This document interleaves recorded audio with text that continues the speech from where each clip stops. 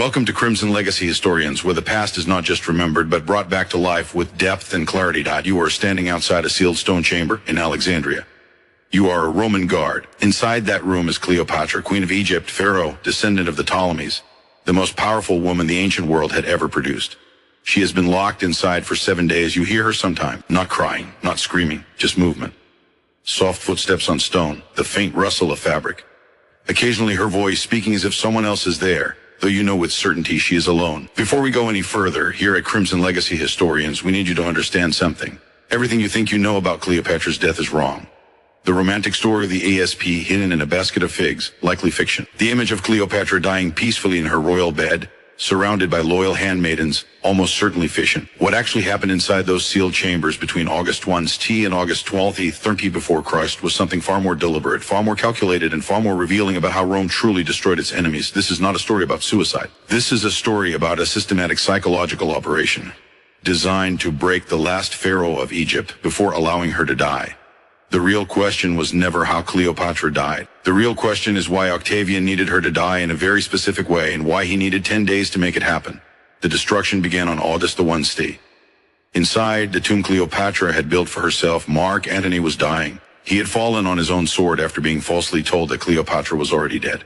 Except she wasn't. She had barricaded herself inside her tomb with her two most loyal handmaidens and as much of Egypt's treasure as she could carry. The tomb stood near the Temple of Isis, a solid stone structure, 2 stories high, massive wooden doors, no easy access points. Built like a fortress. Because Cleopatra understood that in death, she would need the same protection she had demanded in life. Antony was bleeding out at the base of that tomb. His men begged Cleopatra to open the doors. She refused. She couldn't risk it. Octavian's soldiers were minutes away. According to Plutarch, Cleopatra and her attendants lowered ropes from the upper level and hauled Antony upward through a high opening, dragging him inside while he was still alive. His blood ran down the stone walls as they pulled. Think about that image. The Queen of Egypt pulling her dying lover into her tomb because opening the door meant capture. Antony died in her arms on the upper level of that chamber. His final words, recorded by Plutarch, "Do not pity me in this last turn of fate. I was the greatest of Romans, defeated only by another Roman." He died believing his life had meaning. Cleopatra had only minutes to grieve before Octavian's forces arrived. But Octavian did not storm the tomb. He did not break down the doors. He did not force his way inside. Instead, he sent a messenger, Proculus. The message was simple. Caesar wished to discuss terms of surrender and the future for children. Cleopatra refused to open the doors. She spoke through a narrow gap in the stone, saying she would only negotiate if Octavian guaranteed her children's safety. While she spoke, Proculus's men were already climbing the outer walls. They entered through the same opening used to pull Antony inside just hours earlier. They took her completely by surprise. Cleopatra reached for a dagger hidden in her clothing and tried to kill herself, but the soldiers were ready. They tackled her, disarmed her, restrained her. According to Cassius Dio, Cleopatra screamed as they seized her, "You will not take me alive to Rome. You will not parade me. Kill me now." But the soldiers had explicit orders. Keep her alive. Use whatever force necessary. Do not let her die. They carried her from the tomb, transported her to the palace, and sealed her inside a guarded chamber on the 2nd floor. That moment, August 1st, was when the real destruction began. Octavian didn't simply want Cleopatra dead. He needed something very specific from her death. And that required time. Egypt, the wealthiest kingdom in the ancient world, was now his. But in Rome, he faced a serious problem. He had just won a civil war. Romans killing Romans. Blood spilled by citizens against citizens. He needed to justify it. He needed to transform that civil war into something the Roman people could more easily accept. A war against a foreign enemy. A war against a dangerous queen from the east who had corrupted Mark Antony and threatened Rome itself. But Cleopatra was not a barbarian. She was educated, multilingual, politically sophisticated. She had lived in Rome, spoken Latin, met senators, negotiated with Cicero. Romans knew she wasn't a caricature, and that was the problem. Complicated enemies don't make effective propaganda. Octavian needed to simplify her, to turn her from a political rival into a symbol, the Eastern temptress, the Egyptian witch, the foreign Coruscant that had to be eliminated for Rome to survive. And above all, he needed to parade her through the streets of Rome in his triumph, alive. Because Cleopatra knew exactly what that parade meant, and she would rather die than let it happen. But Octavian had 10 days to make sure she didn't. Roman triumphs followed a precise formula. A defeated enemy king or queen was led through the streets of Rome in chains, displayed to the crowd, publicly degraded, and at the end of the parade, traditionally executed in the Tullianum prison. This was how Rome celebrated victory.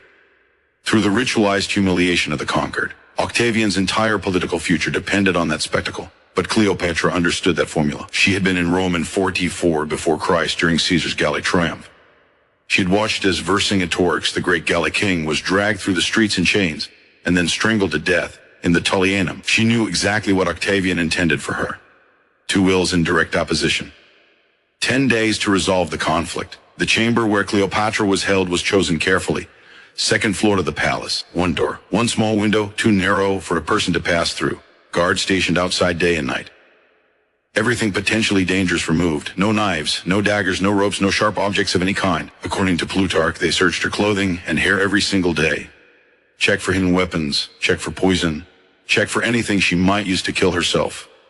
Cleopatra was stripped of everything except basic clothing and placed alone in an empty stone room. But Octavian's strategy went far beyond confinement. He didn't just need to prevent her from dying. He needed to break her desire to die. Consider the psychology carefully. Cleopatra wanted death because death meant dignity. Death meant control. Death meant Octavian could never parade her through Rome. So Octavian had to reverse that instinct. He had to make her want to live. And to do that, he used the one thing she could not surrender, her children. Cleopatra had 4 children. Caesarion, her son with Julius Caesar, was 17. The younger 3, twin Alexander Helios and Cleopatra Selene, both 10, and the youngest Ptolemy, just 6, were Mark Antony's. Octavian's men separated them from their mother immediately, moved them to different parts of the palace, kept them all under guard. On August 2 Octavian sent a messenger, this time Gaius Cornelius Gallus, poet, soldier, diplomat. The message was precise, controlled, elegant in its cruelty. Caesar wishes you to know that your children are being well cared for. Their future depends entirely on your cooperation. Should anything happen to you, Caesar cannot guarantee their safety. Caesarion in particular is in a very delicate position. Cleopatra understood immediately. Caesarion was Julius Caesar's biological son. That alone made him a mortal threat to Octavian, whose authority rested entirely on being Caesar's adopted heir.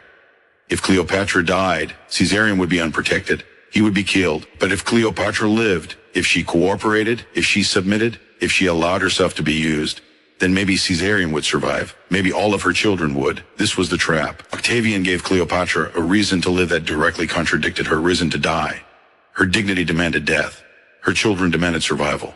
For the next 10 days, Cleopatra existed inside that impossible choice, the space between dignity and motherhood. On August 3, the pressure escalated. Octavian sent architects to her chamber. They arrived with measuring rods, marked ropes, wax tablets for notes. They measured her height, her approximate weight, the dimensions of her body, according to Plutarch, based on testimony from one of Cleopatra's surviving handmaidens. The queen asked what they were doing. Preparing for Caesar's triumph, one of the architects replied, "The display must be properly constructed to accommodate you. Think about the impact of that moment." They were measuring her like an object, like furniture, like a figure to be built into a structure. They were not just collecting measurements. They were delivering a message. This is happening. You are going to Rome. We are building the cage now. And they returned the next day, August 4th, then August 5th, then August 6th. Each day more measurements, more questions. What clothing would she wear? What jewelry would Roman audiences recognize? Whether she would appear in chains or simply restrained. They discussed it openly in front of her. Debated details, the presentation, the visual effect. Spoke about her humiliation as if it were an artistic project. This was not planning. This was conditioning. Every day the architects returned, death became more appealing. But every day Octavian balanced that pull with another message. Reports about her children. Caesarion asked after you today. He is worried. He needs his mother. Pull her toward death with the horror of the triumph. Pull her back toward life with fear for her children. And trap her between the two. Cleopatra was completely alone in that chamber. Her 2 handmaidens, Iris and Charmian, were kept in separate rooms. She could hear them sometimes, their voices carrying faintly through the stone, but she was not permitted to speak to them. No one to talk to, no one to plan with, no one to share the weight of the impossible choice she was being forced to make. According to Cassius Dio, Cleopatra repeatedly asked to see her children. She was refused every single time, not until Caesar is certain of your cooperation. But she could hear them. The palace walls were stone and sound traveled easily. Sometimes she heard the younger children playing, laughter drifting through that narrow window too small for anyone to climb through. Consider that particular form of torture. Hearing your children nearby, knowing they are close enough to hear but not close enough to touch, not knowing whether the sounds are real or staged, not knowing if they are safe or if those sounds are simply another piece of the manipulation. Modern psychology would call this learned helplessness. Strip someone of agency, remove their choices. Make them entirely dependent on their captor for even the most basic information about the people they love most. Octavian was executing that process with cold precision. By August 7th, according to Plutarch, Cleopatra stopped eating. When guards brought food, she refused it. She sat in the chamber silent, staring at the stone walls. The guards reported this immediately. Octavian's response was not to force her to eat. It was to bring Caesarion. For the first time in 6 days, Cleopatra saw her oldest son. The meeting was brief. Guards stood closed the entire time. But Plutarch records what Caesarion said to his mother. Please eat. Please take care of yourself. I need you. We all need you. Then the guards took him away. That night, Cleopatra ate, and that tells you everything. The threat to her children was no longer abstract. It had a face, a voice, a plea. How do you choose death when your son is standing in front of you begging you to live? On August 8th, Octavian came himself. It was the first time he had spoken directly to Cleopatra since her capture. He came with only guards stationed outside the door. We don't have a complete record of what was said, but fragments survive from Plutarch, who interviewed survivors, from Cassius Dio, who had access to Roman records, from Strabo, who was in Alexandria shortly after these events. The offer was simple. Participate willingly in the triumph. Walk through Rome under your own power, not in chains. Retain some measure of dignity in defeat. In exchange, your children live, all of them, including Caesarion. They will be raised in Rome as wards of the state, educated, protected, given futures. Refuse and Caesarion dies the day you die. The younger children might survive. They might not. No promises were made. Cleopatra asked for time to consider. Octavian gave her 3 days. After that, we sail for Rome with or without your cooperation. Choose. This is the brilliance of the trap. Octavian wasn't offering an escape. He was offering justification, a way for Cleopatra to tell herself that enduring humiliation served a higher purpose. That surrender was not weakness, but sacrifice for her children. It was a lie. Octavian was never going to spare Caesarion. The boy was too dangerous. But Cleopatra did not know that yet. For 3 days, she lived suspended between hope and despair. Then on August 11th, something changed. We don't know exactly what happened. The sources are unclear, fragmented. But something made Cleopatra understand the truth. Perhaps she overheard a guard speaking carelessly. Perhaps someone still loyal to her managed to pass a message through the stone. Perhaps she simply understood Octavian well enough to see through the performance. However it happened, by August 11th, Cleopatra knew Caesarion was going to die. The negotiations were theater. The promises were hollow. Cooperation would change nothing. Octavian intended to kill her son regardless of what she chose. According to Plutarch, Cleopatra then requested permission to visit Antony's tomb. She said she wished to make offerings to honor his memory before the journey to Rome. It was a reasonable request. Octavian granted it. She was taken to the tomb under heavy guard, allowed inside for 1 hour. The soldiers watched as she made offerings, watched her pray, watched her pour libations over the place where Antony had died. They did not see her palm the small clay vial hidden within the tomb's wall. They did not notice her slip it into her clothing. When she was returned to her chamber, Cleopatra asked for a meal. She specifically requested figs, fresh figs from the market. The guards inspected the basket carefully. They looked for hidden weapons, poison, anything dangerous. They saw only fruit. They let it through. This is where the story of the snake enters popular history. The famous version claims Cleopatra hid an ASP inside that basket of figs. It is dramatic. It is symbolic. The cobra was associated with Egyptian royalty, but several ancient historians, including Strabo, doubted that account. The timeline doesn't align. The symptoms recorded don't clearly match cobra venom.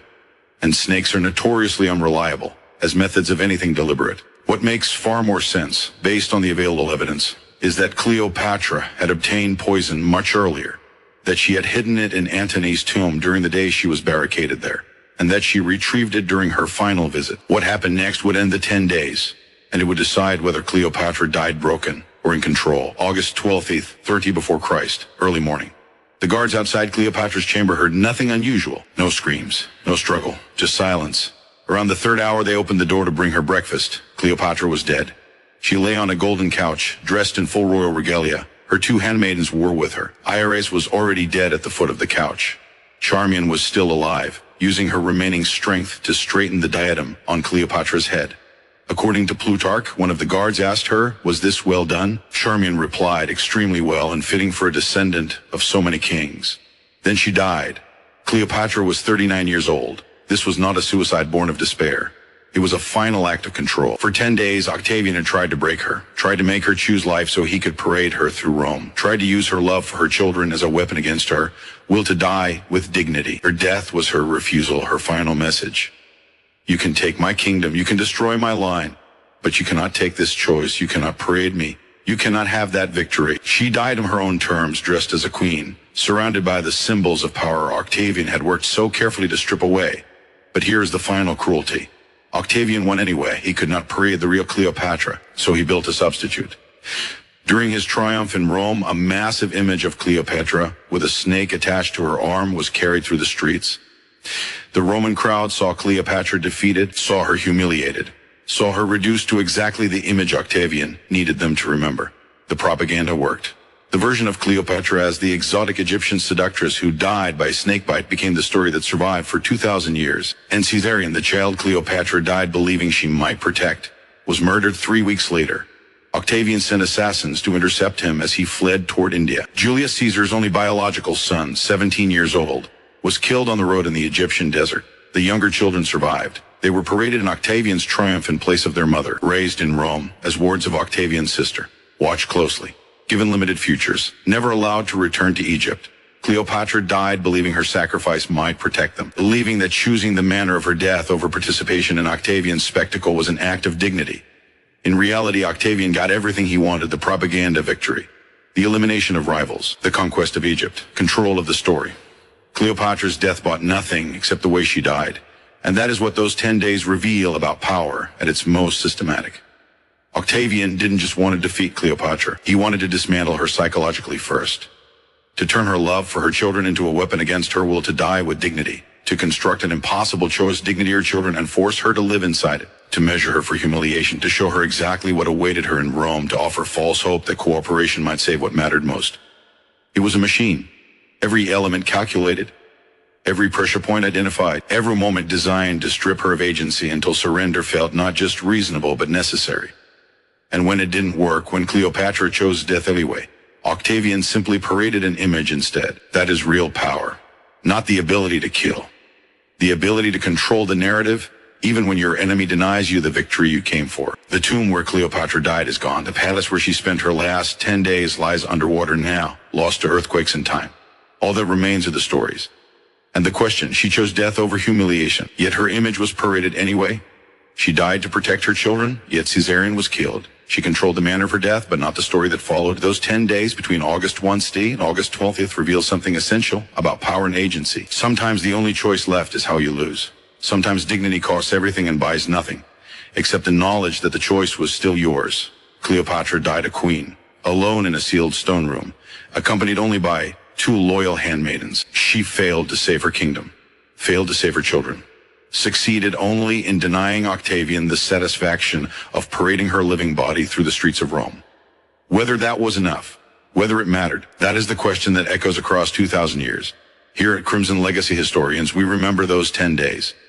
We remember what Octavian built, a psychological machine designed to break the last pharaoh of Egypt before her death. We remember how close it came to working. And we remember why Cleopatra chose death anyway, not because it saved anything, but because it was the only choice Octavian could not take from her. That is what her final days truly were. Not romance, not legend. Just the systematic destruction of agency and one woman's refusal to let it be complete. If this exposed something about how power has always operated, subscribe to Crimson Legacy Historians and turn on notifications. We'll continue uncovering the mechanisms of domination that shaped the ancient world in ways romantic history prefers to ignore.